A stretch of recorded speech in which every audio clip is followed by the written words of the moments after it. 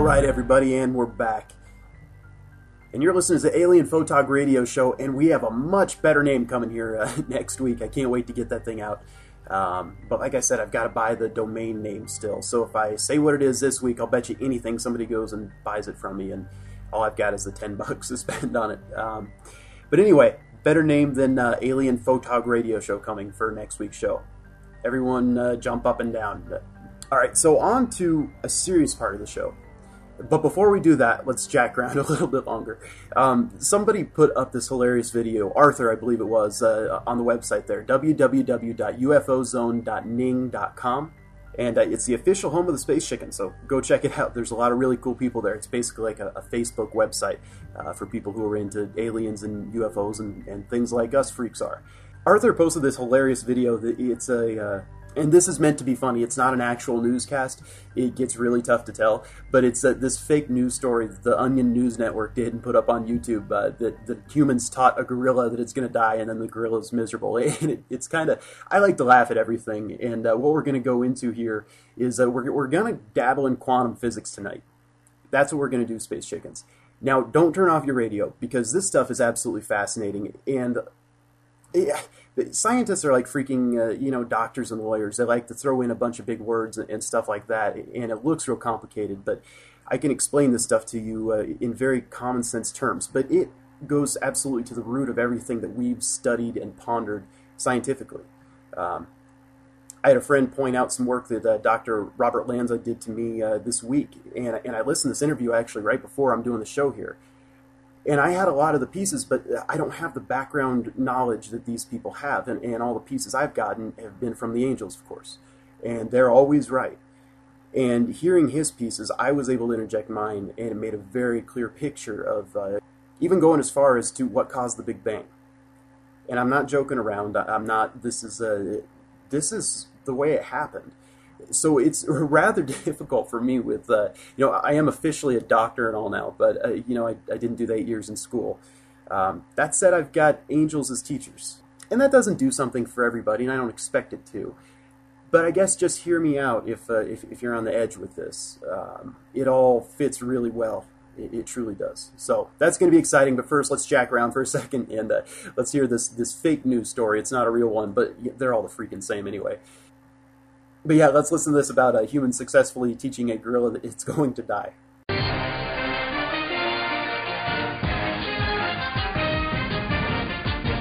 Scientists at Tulane University's Primate Research Center announced they have taught a gorilla that someday it will die. Nate Meredith has more in the lab report. Thanks, Dan. In an historic first, a team of primatologists has succeeded in teaching Quigley, a western lowland gorilla, the concept of mortality and his inevitable doom. Lana Burrows and Philip Townsend are the researchers leading the project. When we first started with Quigley, he was just a normal, happy ape, not a care in the world. So the first thing we did was we taught him patterns, like Right. red block, blue block, green block, over and over. Then it became a pattern of gorilla born, gorilla grow, gorilla die, over and over. Right. The researchers then showed Quigley photographs of dead and dying gorillas while communicating the phrases "you someday" and "no choice." It took thousands of repetitions, but Quigley finally became cognizant of the correlation between himself and the decomposing pile of hair and flesh in the photo. Quigley shared his feelings in a confessional after completing each exercise. That was a great moment.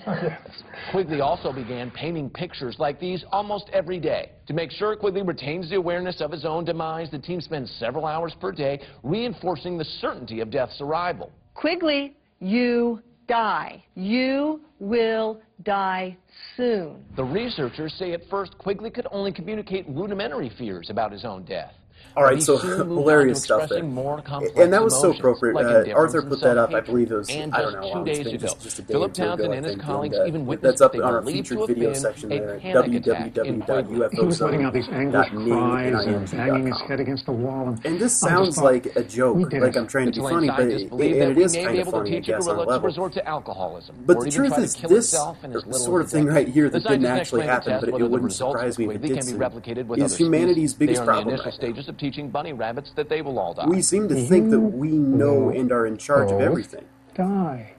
And we're not that smart. I'm Nate Meredith. There's a lot Thanks, of Nate. shit that we don't have figured Scientists out. in Britain are conducting a similar study, teaching a mouse with a human And the ear concept grafted of to its death back is what a absolutely freak one. it is. And it's something I don't go into real often because it's close to home. I'm more into talking, obviously, about my experiences with the aliens than I am any psychic abilities I have in terms of speaking to dead folks.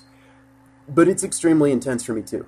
I get a lot of visits, and I largely ignore them anymore because it's like talking to somebody who, who's in the room with you at a certain point once it's all real to you and once you've figured out what's going on. So I don't do a whole lot of it, but sometimes they track me down and need me to do things on this side. But my point is, I want to tell you, I guess, from someone that, if you're listening to me, hopefully you trust me, because you should. I've got a lot better things to do than lie about this stuff or make things up, number one. Number two, I'm just really not that creative or that smart in these terms. It's all genuine. But yeah, our concept of death is largely based upon the body. Almost entirely based upon the body. And some of the dynamics of how this all happens are starting to become clear to me, which is very cool to me because I've wondered my entire life. I mean, I've had this going on for me since I was a kid. But the point is, people don't go away forever when they die.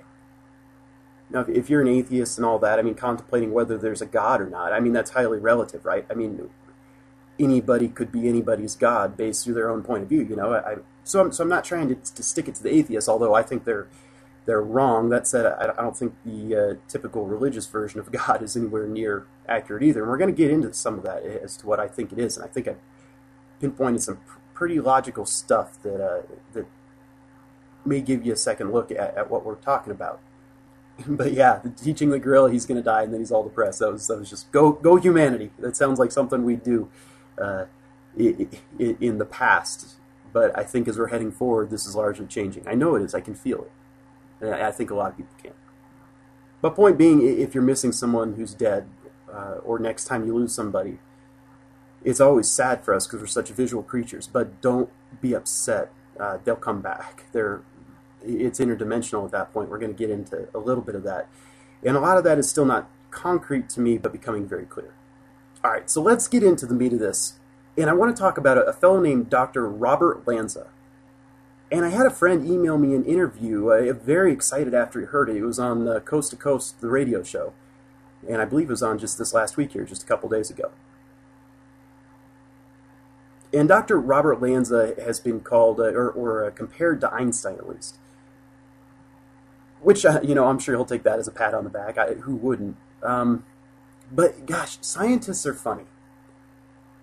And I always tell people, if only religion and science and alien abductees would all work together with a little bit of common sense, we would have things, pretty well figured out real quick. And sort of some of the pieces that I was missing in listening to this interview, he had.